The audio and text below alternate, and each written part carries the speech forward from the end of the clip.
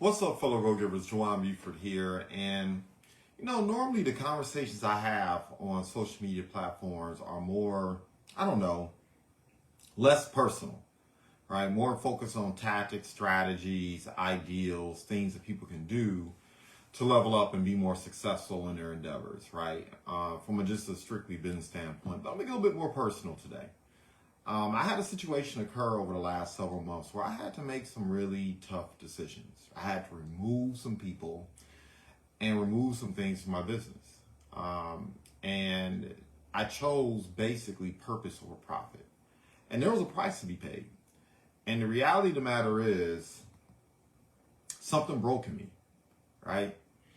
And it wasn't easy for me to come to the conclusion that it had transpired. Like most hard driving entrepreneurs, just like go, go, go, do what you got to do, no excuses, right? Your success is found in the work you're not doing, et cetera, et cetera, et cetera.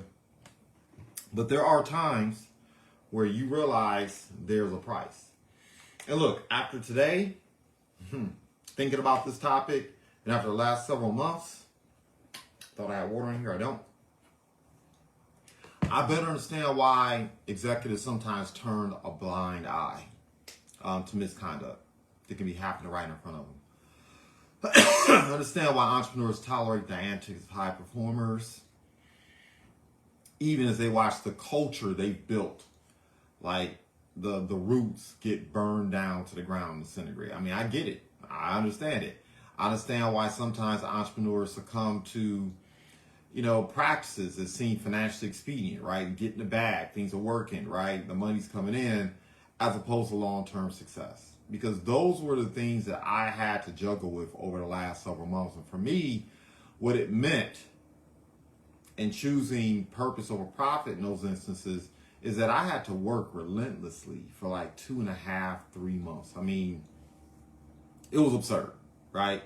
Because I had to basically replace and duplicate the production that I had lost within the organization. And so my life became a blur of just inconsistent meals, sleepless nights, overstimulating myself, finding ways to keep my mind awake when I felt exhausted. Still have the cold, right? Have the cough as a result. I mean, I was just binging on stuff, right? Social media, obviously binging on my work, right? Distractions, et cetera, et cetera. Man, I haven't ended up watching like an episode, let me not lie, episodes of Insecure, like back to back to back. Now, after watching that, I kind of understand why the zeitgeist is the way it is, why men and women can't get along. I mean, not that I pay much attention to that stuff in the first place. I don't have time to be, sitting back watching other people, studying other people's relationships, getting other people's business, like mind your own, right? But anyway, I digress. But after the frenzy, and everything that transpired, my life was a mess. Laundry piled up, toys scattered. Once again, recovering from the bad cough, right? And physically, I was hanging on just due to muscle memory. Thankfully, I've worked out periodically and ran miles periodically throughout my life. But at the end of the day, I was emotionally and psychologically running on fumes. That's really just what it is. The fire, the drive, for the most part was gone.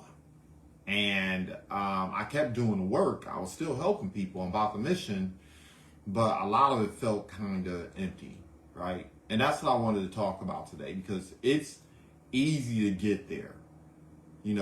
I think I've shared this before, but when an athlete suffers an injury, there's swelling, there's pain.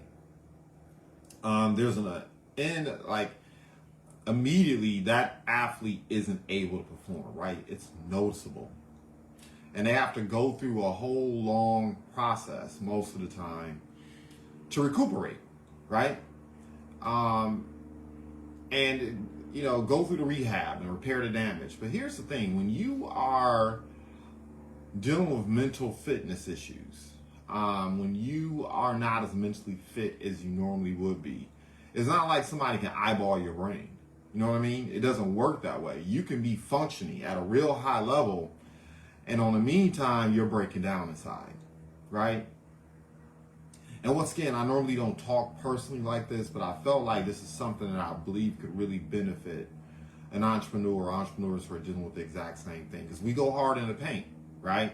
I think painless success is an oxymoron, right? There's no such thing in entrepreneurship, right? Pain doesn't have to necessarily be a bad thing. It can be a motivator. It can be a reminder. It can let you know I need to change course or move a different direction. Or sometimes you got to run through to the pain, right? Because you know your success is found outside your comfort zone. So sometimes you got to be willing to make yourself a bit uncomfortable. But there comes a point where when it really starts to impact your well-being in terms of your mental fitness, you got to do something about it, right? And so look, there were a couple things I did to mitigate a lot of what transpired over the last several months. And look, as entrepreneurs, one of the first things you have to learn is to go from solopreneur to business owner, right? I know what some of you are going to be thinking. Well, you put in systems. Yes, you put in systems, right? You put in SOPs, standard operating procedures. You hire the right talent. You have the right people around you. But look, sometimes when you are managing people, you feel like you're running an adult daycare, right? It is what it is. You have these things in place, right? These internal systems in your business to keep things going. But what about you? Right? That's what I'm really talking about today. What about you? Look, you have a routine to brush your teeth, hopefully. You have a routine to bathe. You have a routine when you get up and go to work in the morning or go to your office or when you start your work, right? Or you probably have a routine when you're getting ready to travel somewhere, right? We all have these routines, and if you don't have a routine, that's your routine, right? But the bottom line is, what I'm trying to get at is you also need to have a personal routine for your mental fitness. I guess is what I'm trying to get at. And if you don't have one, it's a problem. Because once again, you'll find yourself grinding, working, and look, you'll be receiving the applause, right? You'll be receiving recognition and all other stuff. And so you may not even realize what's going on until one day you wake up and you're like, man, I'm not feeling this, right?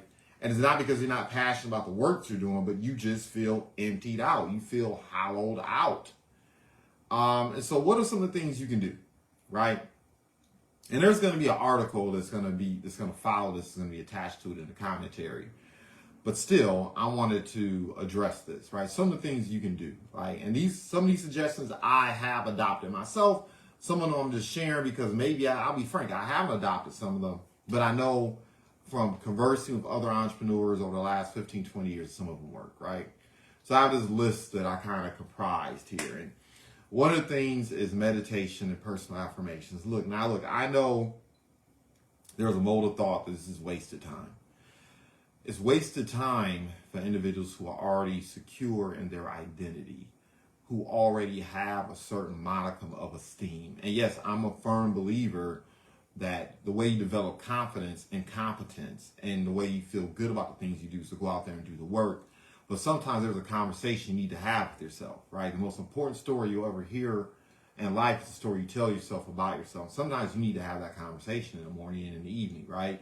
You need to read off affirmations. You need to meditate on the things that you're taking aim at, right?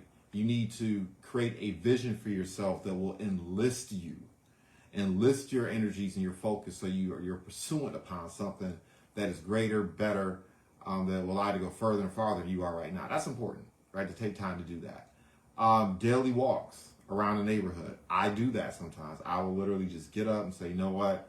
I'm about to take a walk. I don't want to talk to anyone. The phone is off.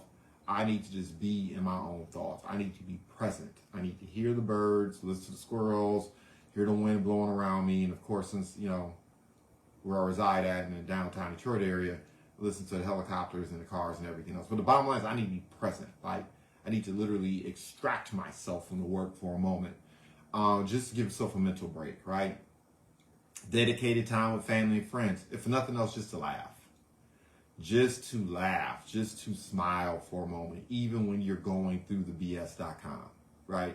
That can be really useful. Journaling, breathing exercises, right? You notice a lot of this is just about being present because as entrepreneurs, you have these two brains, right? You have that CEO brain, is the visionary. You're always looking ahead. And it's easy to get caught up in the future, and you're so caught up in the future that you can't appreciate the presence. On the other hand, you got the COO brain that's like, right now. What's the bottom line? Right now, right? What needs to transpire? The accounts payables, the accounts receivables, operations, what's going on with the staff, the HR, the personnel, the sales force, et cetera, et cetera, et cetera. Get out a little bit of balance of both. But, you know, a lot of it has to do with just being present, right? And just taking the time to breathe and journal about what's going on in your life right now. Digital detox is huge. Like, my amount of social media consumption dropped off precipitously over the last week, since I finally just took a moment to take inventory of my life, right? It's dropped off big time. You know, the worst thing you can do to yourself, is the worst thing you can do to yourself, is spend too much time watching and observing what other people are doing. Now, me personally, I look at social media not to see what people are doing, but the how, right? If somebody's having success, if they're making progress faster or more effective than I am, I want to know how to do it, right? So often people are out there expecting the roots and hating rather than understanding how the fruit gets picked, right? And I'll just leave it there. But still, nevertheless, one of the worst things you can do to yourself is watch and observe what other people are doing, right? Because then you start sometimes to lose appreciation for the accomplishments that accomplishments and achievements that you've been able to acquire over the course of time, the things you've been able to achieve, right? Don't do that. Get off social media, right? Stop hustling, ear hustling, eye hustling, what other people are doing, and begin to derive a sense of gratitude and satisfaction for where you're at, right? So often, you know, and then look, we're all guilty of it. I'll willingly admit it. I'm so busy focusing on what I don't have, sometimes you can forget what you do have, right? So that's something that you need to do for yourself, man. Take those mindful breaks from social media. Practice gratitude, right? Being thankful and grateful. I think the universe, I think the creator rewards gratitude. I'll just leave it at that. Physical movement, stretching, exercise. Like, get the cortisol out of your body by exercising. Get that runner's high, right?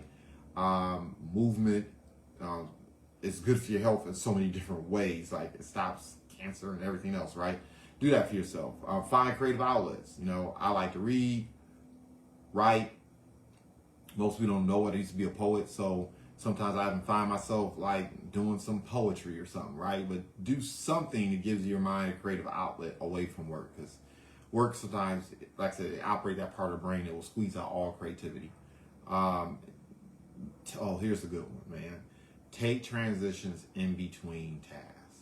So you're going hard making the phone calls, but then you immediately jump into posting. Give yourself a moment, right?